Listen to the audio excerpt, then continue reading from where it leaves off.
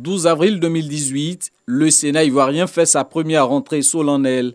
À peine née, la deuxième chambre du Parlement doit déjà faire face aux critiques d'une frange d'Ivoiriens qui doutent de son importance dans le paysage institutionnel. Le chef de l'État en personne est le premier à défendre l'institution dont la création a été consacrée par la Constitution de la Troisième République du 8 novembre 2016. L'institution du Sénat en Côte d'Ivoire n'est pas un luxe, mais bien une nécessité de développement destinée notamment à assurer une plus grande rigueur dans le travail parlementaire et une efficacité accrue par la possibilité d'une lecture différenciée des projets de loi. Janoua Ousoukwadio et ses pairs sénateurs vont alors se mettre à la tâche pour convaincre les sceptiques. Fonctionnel depuis 2019, le Sénat exerce les mêmes prérogatives que l'Assemblée nationale, à savoir le vote de la loi, le contrôle de l'action gouvernementale et l'évaluation des politiques publiques. En outre, selon l'article 87 de la Constitution, le Sénat assure la représentation des collectivités territoriales et des Ivoiriens établis hors du pays. De 2018 à maintenant, 3 années d'engagement, de labeur et d'expérience inédits. En tout état de cause, notre détermination et notre foi sont restées inextinguibles. Aujourd'hui, les résultats sont là, palpables, visibles et concrets. Le bicamérisme s'est incrusté dans la pratique institutionnelle de la Côte d'Ivoire. Le Sénat ayant pris toute sa place dans l'écosystème institutionnel de notre pays, tel que prévu par notre loi fondamentale. La plupart des systèmes politiques aujourd'hui sont des systèmes qui ont un Parlement bicaméral. Et si le Sénat n'avait pas d'importance, je pense que des pays comme l'Allemagne, comme la France, comme les États-Unis ou partout ailleurs auraient déjà supprimé cette institution. Conformément au principe de la navette parlementaire voulu par le système bicaméral, le Sénat examine les textes de loi avant ou après l'Assemblée nationale. C'est ainsi qu'une vingtaine de projets de loi a été soumis aux sénateurs en 2019 et une soixantaine en 2020.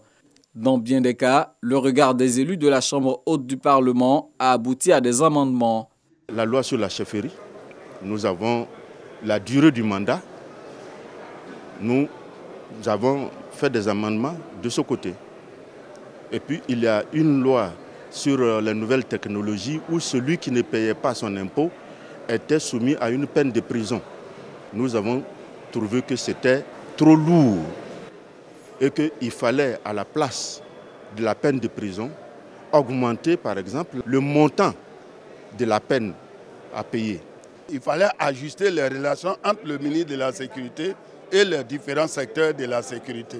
Et sur ces lois, nous avons apporté les modifications nécessaires pour permettre au ministre de pouvoir gérer son département. Lorsque nous avons reçu le budget, nous, en tant que représentation des collectivités territoriales, en tant que représentants des Ivoiriens de l'extérieur, nous avons demandé certains ajustements sur les budgets alloués aux collectivités territoriales, sur aussi les budgets qui ont été mis à la disposition des ministères concernés par les Ivoiriens de l'étranger. Nous avons reçu un projet de loi sur l'INS.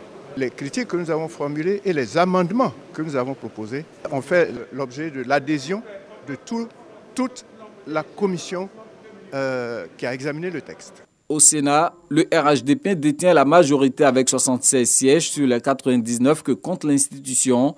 Vient le PDCI avec 17 sièges. Les 2 derniers sièges sont détenus par des sénateurs non apparentés.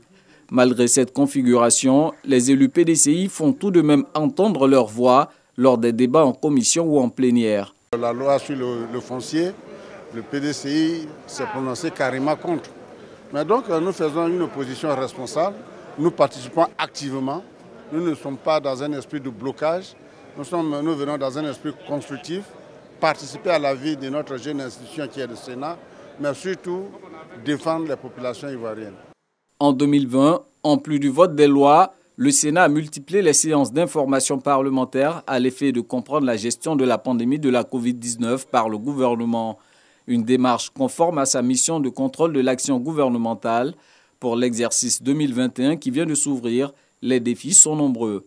Nous préparons actuellement le forum des Ivoiriens établis hors Côte d'Ivoire. Nous sommes en train de réfléchir sur comment il faut le faire, s'il faut le faire en visioconférence ou s'il faut le faire en conférence éclatée.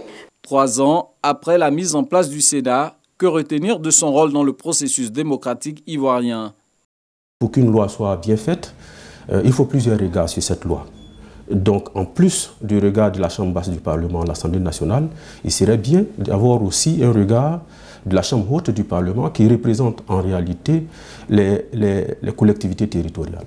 Donc, le fait de croiser les regards sur une loi contribue effectivement à l'amélioration de cette loi.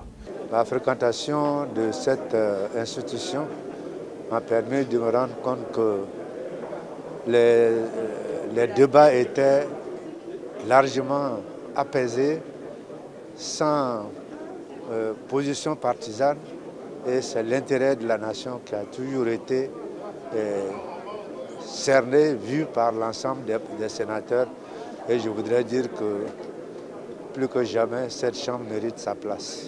Ouverte le 13 avril dernier, la session ordinaire 2021 du Sénat s'achèvera 7 jours ouvrables avant la clôture de la session de l'Assemblée nationale.